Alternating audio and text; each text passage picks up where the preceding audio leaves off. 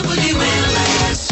Get the 89 WLS AM app for your iPhone, iPad, BlackBerry, and Android, and never miss a minute. Online at WLSAM.com.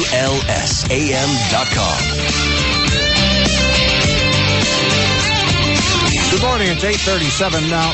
You'll recall when we talked with the Senate Majority Leader, Harry Reid, and he told us that he learned to swim in the brothel swimming pool in Las Vegas. And that's where I learned to swim, in the Bordello swimming pool. There you go. Bordello, Don. It's a Bordello swimming pool. Let's find out. I know that Bret Baier is doing his special report from various swing states, and I think first we have to find out if he's anywhere near the Bordello swimming pool, perhaps doing laps. I'm not No. Good morning. Good morning, Bret. Nowhere near there. Okay. Absolutely no. But I know you're doing the show from Vegas, aren't you? I am indeed. We're here in Clark County. We've identified this as one of the 30 important swing counties that really will determine the election, and we're traveling to a number of them. This is a big spot here. 2/3 of Nevada registered voters live in Clark County, and there's a real battle. I mean, you can't turn on the TV without seeing an ad. It's almost every other minute. Wow. That's powerful stuff. So we've got 100 days. We've entered the final 100 days to the election. I think it's 99 now.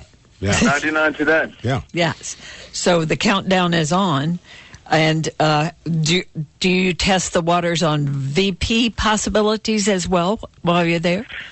You know, we haven't done that. We've really just talked about issues with folks. Talked to a lot of small business owners about their concerns and what they're seeing and feeling. We talked to some residents about housing, which is a huge issue here. It's still on the top in the nation, in the top 3 of states for foreclosures.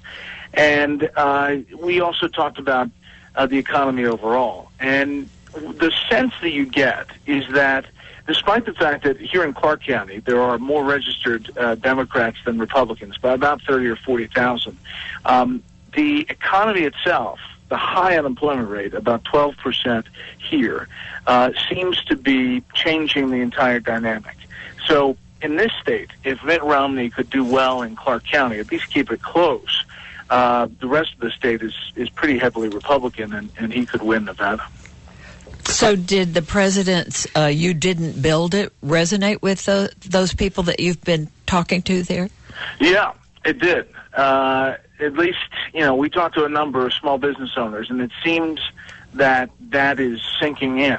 Some people, it's surprising. And for all that we cover this back and forth and, what one side says and the other side says about that comment, some people just weren't paying attention to it and it didn't sink in. But for others, it seems to be indicative of what they feel about this administration, at least the ones we talked to. And they're concerned about the policies coming out of Washington.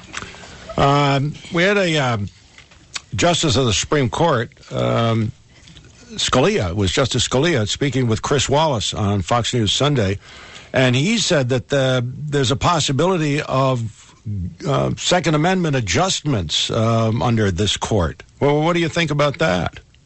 Yeah, I thought it was interesting. I think he probably didn't close the door on anything, but he clearly said that, should a case come before the court that dealt with, the new technology, and that the weapons and the clips that can shoot large numbers of bullets in a short amount of time, he didn't seem to close the door on some sort of restriction, which is pretty interesting from obviously one of the, or if not the, most conservative justices on the court. Yeah. Well, that's fascinating in that the two candidates do not seem to have any taste for that right now, gun control. They don't. In fact, the White House seems to make it clear that the president is not going to move forward with any gun control right now. I think, if he had his druthers, I think he would probably try to push for the reinstatement of the assault weapons ban that under President Clinton. But heading into an election, there's fear for southern states where he could play, or states where the NRA has a big presence, and there are a lot of them. You know, one of the things I've watched Fox cover probably more than others is Mayor Bloomberg, excuse me, Bloomberg in sort of inserting himself into people's lives with the size of soft drinks, with certain fats, with smoking and salt. And now this latest thing about breastfeeding, where they're going to lock up formula in the hospitals of New York, and they're going to dispense it as if it's a drug, and with every bottle they're going to lecture the new mom on why they should be breastfeeding rather than using formula. This is, and we just had our governor in Illinois, Quinn, signing a law to strengthen health care and safety in Illinois, and part of it is to require Illinois hospitals to promote breastfeeding. Isn't this getting... Pro-choice is really shifting sand here, isn't it? I don't understand. I mean, that's very, very active government. And while many studies and all these groups say the upside of breastfeeding is XYZ, I think you'll have a lot of people pushing back and saying this is too far for the government to go. I did think that Mayor Bloomberg was, on the front side, kind of pushing back on the Democratic mayors that had a problem with Chick-fil-A. That's fascinating.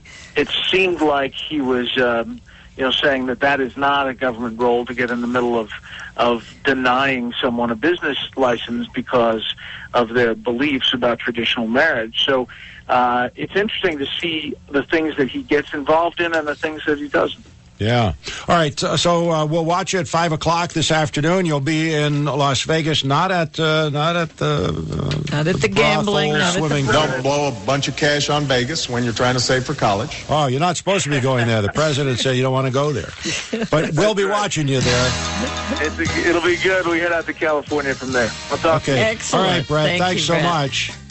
He's at Fox News Channel, 5 o'clock this afternoon. It's 16 to 9, WLS. 89 WLS.